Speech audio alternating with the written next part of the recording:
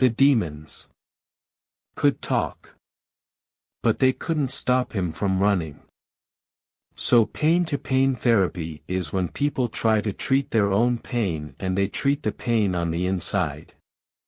By creating pain on the outside, and anytime you see people with marks on their arms, they're not crazy, they're cutting themselves to distract themselves from the pain that they have on the inside, and the pain on the inside is so great that they start distracting themselves with pain on the inside, and they are called cutters. This type of reality exists. Whether you cut yourself physically or you cut yourself mentally, the reason that you're cutting yourself is pain-to-pain therapy. You're fighting fire with fire. It's self-mutilation, it's self-sabotaging behavior. You could have been out, but you cut yourself. You could have been further, but you cut yourself. You could have been more successful, but you cut yourself up because you don't feel worthy on the inside. You reject prosperity on the outside.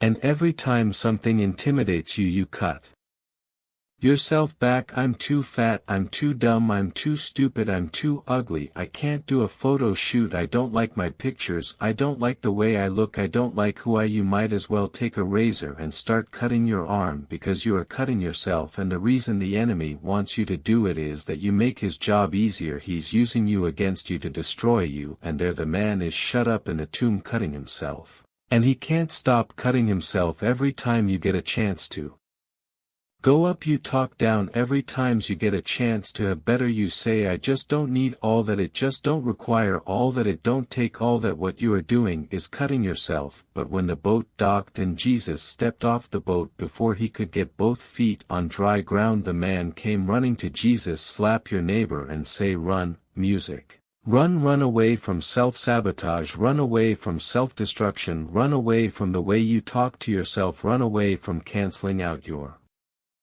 pain with more pain.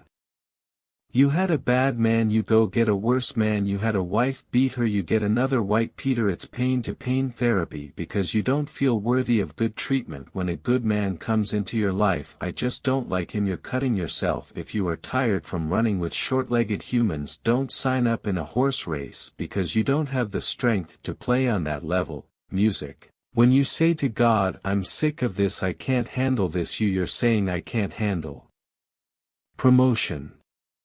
Because if the footman wore you out, why, I don't care how much you admire horses, ain't no need a new signing up to get into a horse race. Till you master the footman race, you don't get into the horse race. And here's the problem, we got people who want promotion without process. They want promotion without process because the reason they want promotion is because they have no self-esteem, so they need crowded steam to feel good about themselves. And they think that if they get promoted high enough, then people will like them, and then maybe they'll like themselves. You got it backwards. You got to like yourself first. Music. Are you following what I'm saying? And then you're going to be excellent at what you're going to do, and then you'll find greatness when you have maximized smallness. If you're weary with smallness and you're tired all the time and you can't focus, what are you going to do with greatness? You're asking for more and you haven't mastered less. The Bible said, if you are faithful over a few things, then I will make you ruler over many. And you're trying to be ruler over many and you haven't been faithful over a few. You're so busy reaching out to your future that you are neglecting what you have been given right now. Oh God, oh God, oh God, I just felt somebody's toes up under my foot right now. You are so busy trying to progress that you are neglecting where you are. That's not how you progress. You master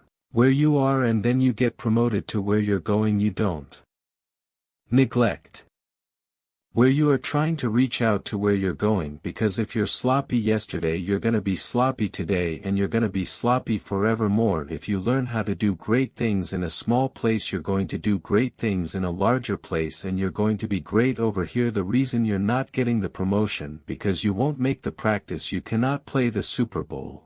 If you don't make the practice, you cannot get the prize for winning the Olympics. If you don't make the practice, if you don't see God's glory in rehearsal, you won't see God's glory in recital. Now the recital is that wonderful, big, sexy, amazing thing where everybody claps when you perform, and the rehearsal is that private, boring, painful thing where you struggle to get it together and there's nobody there to clap at all. Can you play without clapping? This is a problem to those of you that are building and believing and really have a purpose, and you really feel the Pull of destiny. You need to be patient with the process and not enthrall with the promise. You want the accruements of success, and that's what's killing you. You compromised the rehearsal time and bought the tuxedo for the recital. Now you look like something, music, that you're not. Somebody say wrong focus, music. Could it be possible that your life is stagnated because you have an attention deficit? You didn't give the attention to it that it takes to win it. That doesn't mean that you are called to it. It means that you are starving your destiny of the attention that it needs for you to progress. Jesus was fully committed. He picked people who were committed. Everybody Jesus called the ministry was working. He didn't pick nobody who was laid off, needed a job. He interrupted people who were working at something and said, if you follow me, I'm going to take you to the next dimension. You see, the next dimension isn't foreign from this dimension. It's an escalation of a process that was already in motion. Peter, you've been casting your nets out here and catching fish. You have been teaching other fishermen how to catch fish. I'm getting ready to make you fishers of men. The results will be different, the effort will be different, but the process is still the same. You're still going to be teaching other people. You're still going to be throwing out your net. You're still going to be bringing in the drought. But instead of catching fish, you're going to catch souls. Your future is in some way kin to your past. Oh, y'all aren't going to talk to me. Today, everything you are going to be, you already are in another form. You are the acorn of an oak tree. Acorn doesn't look anything like an oak tree. It doesn't remotely look like it would ever have branches and leaves and be productive. It's just a nut. Acorn is a nut, but everything that an oak tree is in the acorn, even though it hadn't shaped out yet. So everything that the acorn will ever be is already in that nut, and everything that you will ever be is already in you right now. And the best people to be around are people who see it in you, even though you don't look like a tree yet. I'm looking for somebody who sees a tree in my nuts. All of that was in me all the time while you were stepping over me and stepping around me and stepping past me. All that you see coming out of me now was in me when you said I look like a nut. Foreign destiny. Destiny will bring the tree out of you. Destiny will bring the tree out of your nut. What's in your nut? Listen at this. It's not just that people step over you when you're in that acorn stage.